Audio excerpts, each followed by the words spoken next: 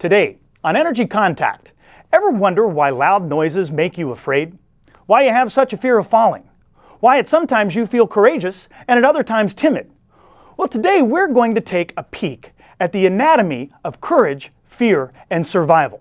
At fight, flight, and freeze. So for the next half hour, don't be afraid or stress out, or don't freeze up and don't attack, and don't run off, because it's coming at you right now on Energy Contact.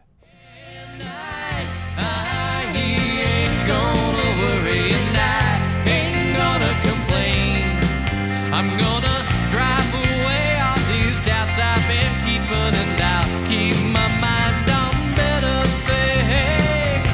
I ain't gonna worry and I ain't gonna complain. I'm gonna drive away all these doubts I've been keeping and now keep my mind on better things. Just keep my mind on better things. Hello, and welcome to Energy Contact.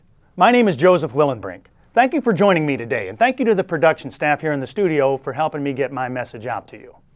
Energy Contact is a series that I'm presenting to you as a public service. It's about attaining perfect health, growth, self-improvement, happiness, and realizing your full potential. It's designed to present you a new way of seeing yourself and a new way of seeing the world around you. We're talking about things that have to do with making an energetic contact with yourself internally and with your environment. There's no difference between the body, the mind, the spirit, the emotion, the intellect, the ego. There's no difference between mass and energy. These things are all exactly the same. There is something about us that loves to analyze, to categorize, to separate, dissect, take one little cell, put it under a microscope, and think we understand the big picture. But in fact, all that health and growth and self-improvement we're talking about take place when we do just the opposite. It happens when we put these things together, when we make an energetic contact between the physical world and the unseen one. We're presenting on these programs a brand new paradigm that's thousands of years old. We're presenting extraordinary topics for ordinary people. And let's move right ahead with that. Let's bring up our slide. Everyone please understand that I am not a doctor. This show is not a medical show, medical advice show, medical talk show, medical help show, anything like that. Could not be further from it. Now, I might call myself an energy healer or a chakra healer, things like that. So might you if you came to me, but state, federal, and local governments absolutely do not. It's important to understand that. There's a lot of important stuff on your screen right now. Please read all of that, if you will, with your full attention. But when you've got it down, now would be a great time to find a pencil and paper. And here's why you want to do that. At the end of this program, we're going to run some credits, and on those credits there will be contact information for me. Now, I invite and encourage you to contact me. I'm sort of hoping something I have to say to you today might inspire you to want to do that. But in order to contact me, you're going to need that contact information. In order to get it, you're going to need a pencil. There'll be plenty of time to jot it down if you have your pencil ready. All right. Today is episode number 13 of Energy Contact. And if you're tuning in for the first time today, well, thanks. Thanks and welcome. You'll enjoy the show. These shows are sequential. They build. So we're talking about things today that we've introduced and defined and explained previously. So there's some ramp-up stuff, some up-to-speed things that you will have missed out on. However, I do my very best to make sure that every show has a lot of value on its own merit. And so you'll get plenty out of today's show all by itself. If what you see piques your interest, though, well then I'll invite and encourage you to look around, because there will be earlier programs airing at later times. They'll either be re-airing right here on this station, or they'll be on at different days and different times and in different areas. And if you look for them, I'll appreciate it. Okay, and now it's the part of the program where I get to introduce my co-host to you. Let's get my buddy Slim on camera. There he is. This is my pal Slim here. And Slim is here for a reason. Since we're investigating what it is that the energy contacts in the physical self, we've got to know a few things about a few things, don't we? We've got to know something about energy, and this is a program all about energy. But all of that energy out there somewhere does us no good at all. It does us no good until we bring it into contact, until we bring it into focus. Slim is here to help us understand what that thing is that the energy contacts, what it must contact in order for our perfect health. Remember, a body without energy is just a corpse. An energy without a body, well, it might be a number of cool things, but none of them are human. All right, previously on Energy Contact, we have been looking at the body intellect. The body intellect and the anatomy it builds. We've seen how thought builds anatomy. We've seen how the same materials in our brains, we were always told they were brain things, all the little wires and gizmos and effectors and receptors and stuff, the things that give us thought, memory, reason, recall, intellect, intelligence, all those things. They are in fact in every cell of our body. They permeate every cell of our body. At conception, you began as one cell, and that one cell split into an identical pair. And those identical cells split into an identical pair. And of all of those identical cells, some went to your head, some went to your toes, some went to your belly.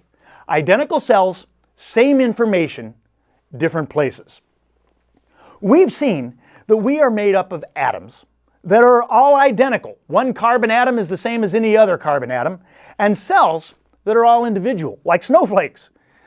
But for the most part, those atoms, and therefore the cells that they build, and therefore you and I, are mostly nothing. We're mostly holes, empty space. Now out here in this bigger world, we've seen that bones shape us, and that muscles shape bones, and that they are both shaped by thought. We looked at our bones, and we saw our main horizontal and vertical structures, our pelvis and our spine. And then we looked at muscles, and we saw that they do not know how to push. All they do is pull and release. So somewhere in the process of all this, we've been learning a little bit about what life is, what constitutes life, what it means to be alive. And we've seen that life occurs within a sea of forces.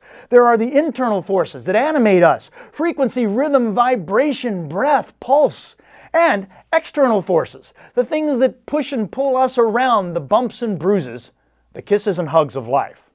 Now through all of that, and in conjunction with that body intellect, we set up our strengths and weaknesses. And we've seen that a million different people will respond to the same bump or the same hug in a million different ways. So we've been looking at primal things, haven't we? Instinctual. And we've seen what they have to do with our core thoughts, core instincts, core values, core beliefs, core actions, core everything. And that brings us to today. Today, we're taking a look at instinct as anatomy. We saw a while back that breath is our most primal need. But our most primal instinct is survival, of course. And that often manifests itself to us in the form of fear. Now we've heard of the fight or flight response, but it's really a three-way choice. It's fight, flight, or freeze. And we're going to look at all three of those today. We're looking at the anatomy of our deep muscles of survival, of fear, and of courage. What makes us afraid? When is it healthy to be afraid? Why are we often afraid when there's nothing to be afraid of? How do we know when the danger's past so we can turn off the fear and get back to normal? What do all these things say about us? And what can we do about it? So today, we're understanding more about our spiritual selves by looking at our deep anatomy, looking at our core. And that's where we're headed today. But first, we've arrived at the part of the program where we get to take our break for a second. We get to take our virtual field trip, our journey in our mind's eye. And good news, today we get to have some fun. Visualize that you and I are off in some tropical resort somewhere, and we're relaxing up underneath a coconut tree, leaning back on a coconut tree. Now, it doesn't matter where we are, really, as long as it's very relaxing. We're having the time of our lives, and there's a coconut tree there we're leaning against. And so we're kicking back. We're sipping drinks out of a pineapple, doing things like that. Now, it occurs to us, we're aware that coconuts fall out of trees sometimes, but we're on vacation. We're not really thinking about that right now. We're not thinking about much of anything right now. But about that time, a strong breeze blows by, and you hear a creaking over your head, and I shout to you, "Hey, look out!" What happens? Well, your shoulders come up, your head goes down, your arm goes up. Hold that thought. Our most primal instinct is to survive, and its agent is fear. It is believed that the first sensation we ever feel is fear, specifically the fear of falling. Now, fear is provided to us as a means of survival. It's a part of our basic package, and it's a good thing. It's designed to be a very short-term instinctual instinctual reflex to danger and threat. And then courage, which therefore must be counterinstinctive, is a long-term response to that short-term instinct. Now, in a world where body, mind, spirit, emotion, intellect, ego are all the same thing, then instinct has an anatomy, a physical anatomy. It must have. We want to understand how we experience instinct as physical anatomy. Now, I've been telling you for a long time now that 1 million different people will respond to the same event in 1 million different ways. That's my story, and I'm sticking to it. But now I'm talking about instinct, and I'm saying it's exactly the same in all of us. Those two things sound a little contradictory at first, don't they? Which one is it? Well, both. Instincts are built into us all identically. But our reactions, what we do with those instincts, is very individual. There are some things we've all got to do to eat, to survive. We got to eat, we got to breathe, we got to sleep, things like that. And there are other things that we have in common. But we all react to our instincts in very individual ways. Let's get right to the anatomy of it all. A few shows back, we discussed breath, and we discovered our psoas muscle. Then, later we looked at our core, and we saw our psoas muscle. Then last show, we looked at our basic muscle of support for our entire body. And guess what? It was the psoas muscle. But on today's show, we're not really looking at breath, and we're not looking at our core, and we're not looking at our structure, not per se. Today we're looking at courage and survival. So bring up that next slide, and you'll see that today we're looking at our psoas. That's the psoas muscle on your screen, and the pelvis next to it. Note the spelling there in case you want to research it later.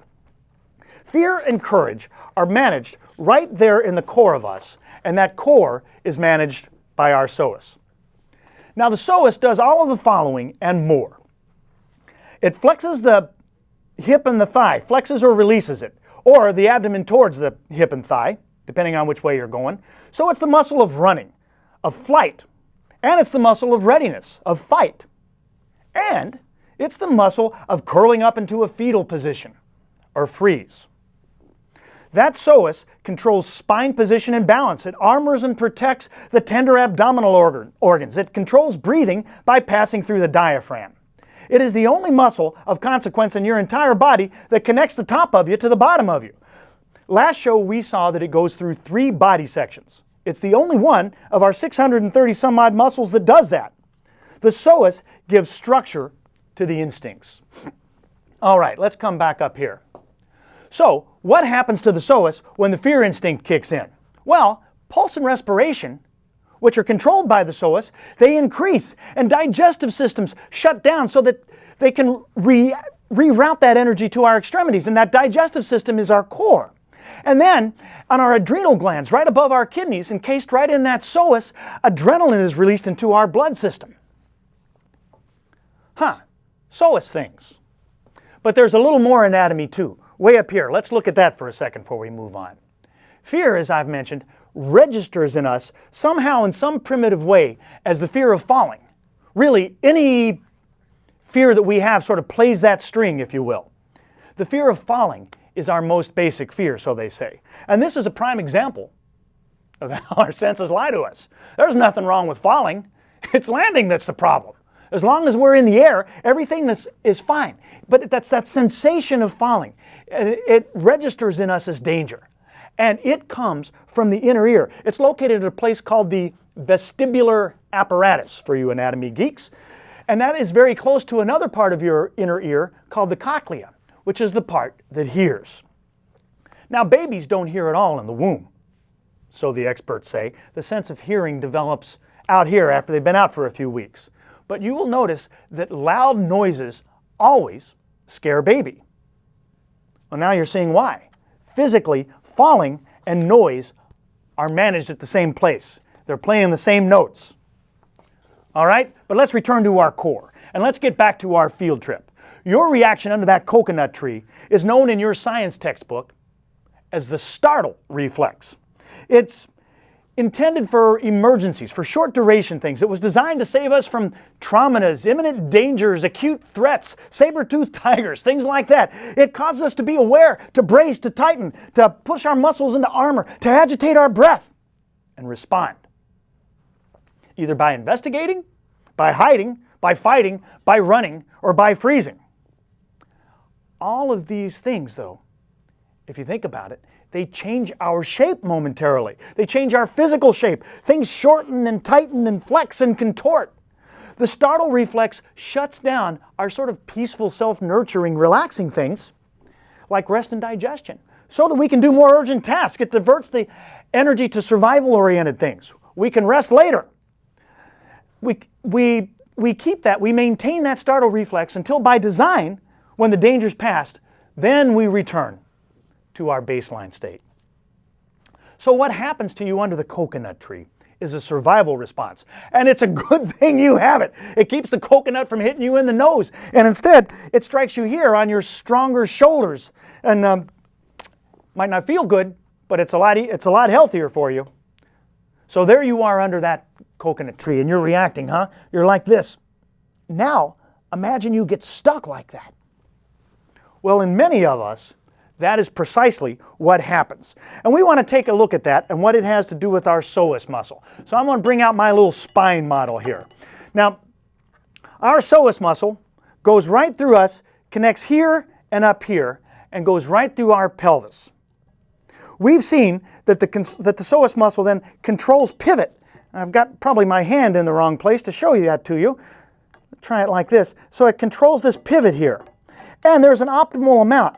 We want to have enough pivot, but not too much. When fear activates our survival instinct, one of a few things can happen. We can prepare to face our adversary, we can run, or we can curl up in a ball like baby does. Now, when we curl up, here's what happens. That psoas tightens. And can you see how that pivots up? And that curls us into a ball to protect our vulnerable abdomens. Like what happened under the coconut tree, in fact. When we run, that psoas muscle stretches out a little bit so that this energy can get from here down to our legs so we can run away. And when we get ready to stand our ground, that psoas muscle hardens like armor. It prepares for flex and release as we get ready to face our adversary. Now, all these things are psoas actions. The other muscles all work secondarily. And a million different people with identical instincts will manage their instincts and their psoas muscles, for that matter, in a million different ways. We'll put our spine down, put my psoas muscle away here. That brings us back to the cast of characters we talked about a while ago. Remember our cast of characters that we introduced a few shows back? We saw a deflated person, a rigid person, a depressed person, a happy person, an angry person, an anxious person. Let's bring up a slide. We'll look at some more people. All of the people that you see coming up on your screen here, there they are, they all have survival instincts and a startle reflex, just like the people in our cast of characters do. Those instincts are identical in all of them, and in us. It's how we respond to them that makes us look different. So when we see those folks, all of them have a physical anatomy for their invisible instinct. They each have a different expression of it, though. They have a different expression of fear and a different posture of fear, literally and figuratively. And so do you. And it stems from our core and the psoas muscle that holds it. All right, let's come back up here. And let's switch gears a little bit. Fear is designed to protect us, but because we don't use our survival instincts properly, we find that fear itself becomes another adversary, that we have to protect ourselves from fear itself. And that is just about always dysfunctional. It's like taking out the brake light on your car so you won't have to see it. Let's look at that from the perspective of fight, flight, and freeze. One way out from the tyranny of fear is imagination. It's a freeze response. Now, imagination is a wonderful thing, and I hope that you all have a furtive imagination and you use it regularly. I'm not talking about that sort of stuff, but imagination comes into play sometimes at an unnatural level, at an imbalanced level. This is what we call then dissociation, or parasympathetic hyperinhibition, or post-traumatic stress disorder responses. The mind travels somewhere, but it leaves the body here behind. That's exactly what happens to abused children. Another protection from fear is cynicism. Cynicism is a flight response. Have you ever been walking down the sidewalk and somebody's walking the other way and you give them a friendly hello and they give you this bit? And you and I know that as rudeness, but that's not how that other person sees it, at least in their body intellect. They see that as a flight response, as a way to repel you. And it is repulsive, literally and figuratively. Envy and jealousy divert fear. They're basically flight responses too. And the list goes on. But all of these things are just substituting one negative for another one. Now, there are a number of ways we fool ourselves into masking fear, and we don't have time to look at them all today. But let's pick up an example. Let's bring up a slide, and we'll look at one more mask of fear. This is the posture of anger. It is the most common way to pretend that you're not afraid. Take a moment to look at the physical posture of anger there. And then, let's go right to the next slide. And we'll bring up the same guy, at least the guy on the one side there, and we're putting a picture of fear next to him. That's the posture of anger and the posture of fear. They look alike, don't they? They're pretty close. The gangbangers and the tough guys and the muscleheads are all just trying to beat their fear. Literally, it's a fight response. They're just afraid. They're afraid of the monsters under the bed. They're afraid that daddy's going to come home and hit them again. And they're just using anger to hide it in an attempt to appear strong. But anger is almost always weak, pathetically so. Let's come back up here. Now, if we had more time today, we'd put up a slide of envy and a slide of cynicism and things like that. And you know what we'd see? They all look like that. They all look like the two fellas we just saw there. And there's a million other things too. But let's consider one more anyway. Let's look at stress. Evolutionarily, the attacking saber-toothed tiger elicited that startle reflex in our forefathers. And we've seen that it can dysfunctionally get stuck. And a stuck startle reflex might be a pretty good working definition of stress. Stress is a fear surrogate that most of us live with all the time. But instead of engaging in releases, it stays there. Remember the effect of the startle reflex? Pulse and respiration increase, digestive system shut down to reroute energy, adrenaline is released into your bloodstream. That is exactly what goes on chronically when you're under stress. We can look at that another way. Imagine I said this to you. Imagine I said, make a muscle. And you said, okay. And I said, make it tighter, tighter, tighter. Okay, now what? Now just hold it that way for 50 weeks. And then you can have a 2-week vacation. For most of us, fear is stress. And for many of us, it runs our life. When we say I'm stressed out, what we're really saying is I'm afraid, or even I'm dominated by fear. We say things like, God, I hate my job. I hope I don't get fired.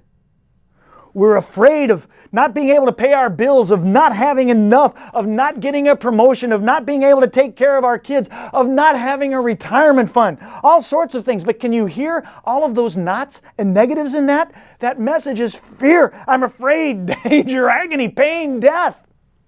It doesn't engage and let go either. It engages and it stays that way. How do you expect to function like that? It's amazing that we're not more messed up than we are. Instead of living our lives in search of all the blessings and all of the good things ahead of us, we are running in abject terror from perceived but very unreal monsters chasing after us. And they're right on our heels too. And since fear is anatomical, that makes us sick. So the very mutation of our desire to survive is what makes us live in pain and suffering. And then we end up dying prematurely. Whew. Now there's something to be afraid of. All right, before we run out of show today, I want to bring up one other topic, trauma. Every now and then, you hear about that 90-pound woman who single-handedly carries the piano out of her burning 5th-story building. Or you hear about the guy who gets in a car wreck. The driver gets out of the car and sees the car laying on the chest of his friend who is the passenger. What's he do? He picks it up and lifts it off. That's a survival mechanism. It's a fear response. The laws of Newton's physics say it's absolutely impossible. But Einstein figured it out. And you know what?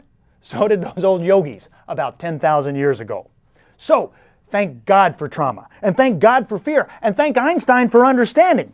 Trauma is survival. It saves life. As if it wasn't for trauma, that driving guy, his friend, would be dead. So fear and survival are two sides of the same coin. There's no such thing as courage without fear. And so we want to be courageous, and we need to know a little bit about fear.